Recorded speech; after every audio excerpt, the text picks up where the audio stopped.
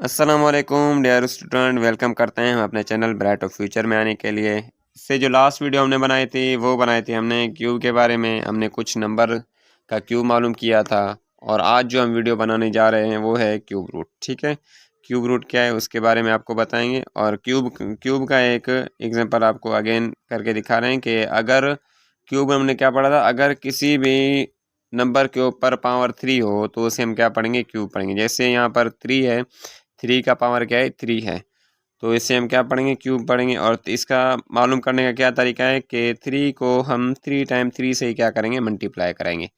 3 को 3 time multiply कराए, 3 से आंसर क्या है, 27 आए। ठीक है, और आज जो नेक्स्ट वीडियो बनाने जा रहे हैं वो है क्यूब रूट। तो क्यूब रूट हम किस तरीके से फाइंड करेंगे, आइए हम कुछ एग्जांपल हमारे पास वो हल करते हैं।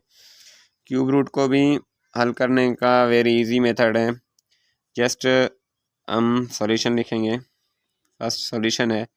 नेक्स्ट क्या करते हैं, हम जो सवाल है उसी को ही 1 टाइम नीचे उतारेंगे, 125 को उतारेंगे। उसके बाद इसका हम क्या मालूम कर रहे हैं, क्यूब रूट मालूम कर रहे हैं। तो क्यूब रूट मालूम करने के लिए हम इसमें पुट करेंगे इंडेक्स 3।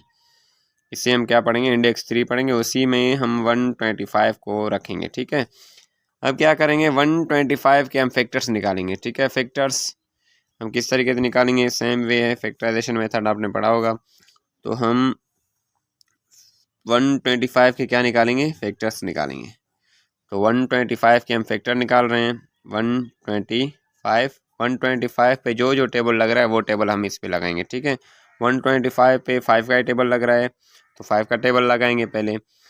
तो 5 का टेबल 12 पे 2 टाइम और 2 बाकी बचेंगे तो 5 पे जाएंगे, 25 हो जाएंगे। 25 पे 5 का टेबल 5 टाइम। ठीक है, और अगेन हम 25 पे कौन सा टेबल लगा रहे हैं, लगेगा तो 5 का टेबल लगेगा, 5 का टेबल 5 टाइम। अगेन 5 पे कौन सा टेबल लगेगा, 5 टाइम। 5 का टेबल 5 पे 1 टाइम लगेगा। ठीक है, तो ये जो आए हैं ना 125 के क्या आए हैं, फैक्टर्स आए हैं।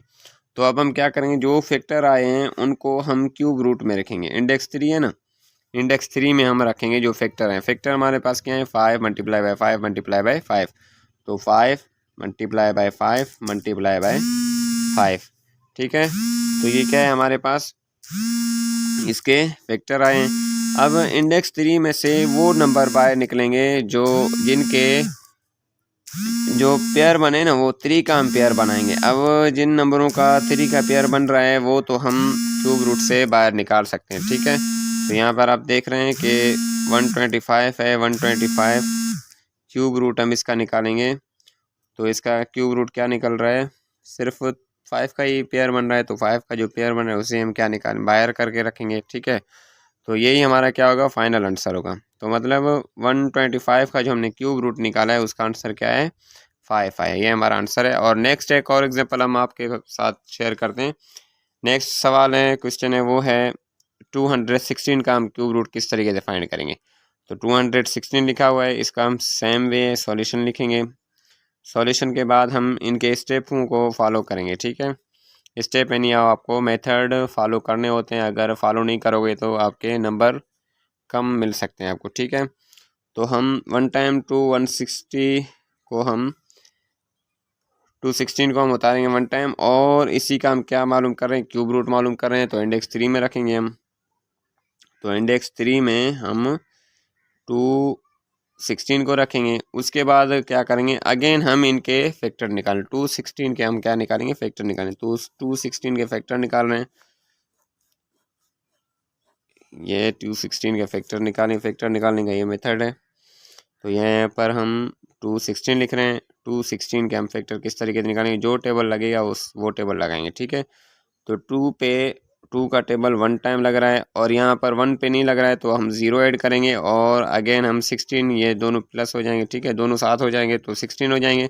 अब 16 पे 2 का टेबल 8 टाइम लग रहा है। ठीक है, 1 8 टाइम, अगेन 1 8 पे 2 का टेबल 5 टाइम और 4 54 टाइम, अगेन 2 का टेबल 54 पे 2 टाइम और 77 टाइम, 7 टू द 14। ठीक है, अगर अगेन ये 27 पे 2 का टेबल नहीं लग रहा है तो हम 3 का टेबल लगाएंगे। 3 का टेबल लग रहा है 27 पे 9 टाइम लग रहा है तो 9 टाइम रखा है हमने। और अगेन 9 पे 3 का टेबल लग रहा है 3 टाइम, तो 3 रखा है। अगेन लास्ट में हम 3 का टेबल 3 पे 1 टाइम लग रहा है तो 1 यहाँ पर रखेंगे, ठीक है। जो टेबल लग रहा है उसे हम यहाँ रख लें और जितने टाइम लग रहा है उसे हम यहाँ रखें, ठीक है। अब क्या करेंगे, जो फैक्टर आए हैं उन फैक्टरों को हम अब क्यूब रूट में रखेंगे, ठीक है। तो क्यूब रूट या इंडेक्स 3 जो फैक्टर आए, ये फैक्टर आए हैं 216 के, इन फैक्टरों को हम क्या करेंगे यहाँ पर रखेंगे। तो 2 multiply 2 multiply 2 multiply 3 multiply 3 multiply 3, ठीक है। अब क्या करें, क्यूब रूट से वो नंबर बाहर निकलेंगे जिनका 3 का पेयर बन रहा हो, ठीक है। यहाँ पर देखें आप 2 का देखें 3 पेयर, 3 में एक पेयर बन रहा है तो 2 का 3 में एक पेयर बन रहा है, ये लिखा है। उसके बाद अगेन आप चेक करें 3 का एक पेयर बन रहा है, 3 का 3 नंबरों का एक पेयर बन रहा है तो वो रखा है हमने। अब क्या करेंगे, जो जिनका पेयर बन रहा है उन्हें हम बाहर रखेंगे। तो 2 का पेयर बन रहा है, 2 को हम बाहर रखेंगे और मल्टीप्लाई कराएंगे 3 के साथ, 3 का पेयर बन रहा है, ठीक है। अब इनको फाइनल मल्टीप्लाई करें, 2 3 दा 6, 2 3 दा 6, ये जो हमारा आंसर आया ना ये 6 आया। मतलब जो हमने क्यूब रूट मालूम किया है 216 का, उसका आंसर क्या है, 6 आया है, ठीक है। अगर आपको हमारी वीडियो अच्छी लगे तो इसे लाइक करें, शेयर करें, सब्सक्राइब करें ताकि हर न्यू आने वाली वीडियो की नोटिफिकेशन सबसे पहले आप तक पहुंचे। Thank you so much for watching.